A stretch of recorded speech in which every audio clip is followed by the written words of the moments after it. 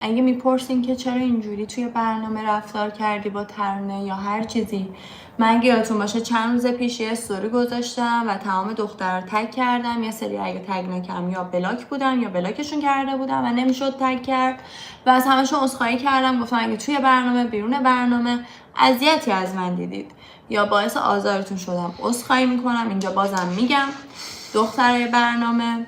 ما دخترای ایرانیم، تو ایران که واسه ما دخترها خیلی محدودیته، تونستیم خودمون رو هممون بکشیم بالا، از زیر این همه فشار اومدیم بیرون، باید هوای همو داشته باشیم. من یه سری رفتار تهاجمی دارم که متاسفانه تازه چون از بیرون دارم میبینم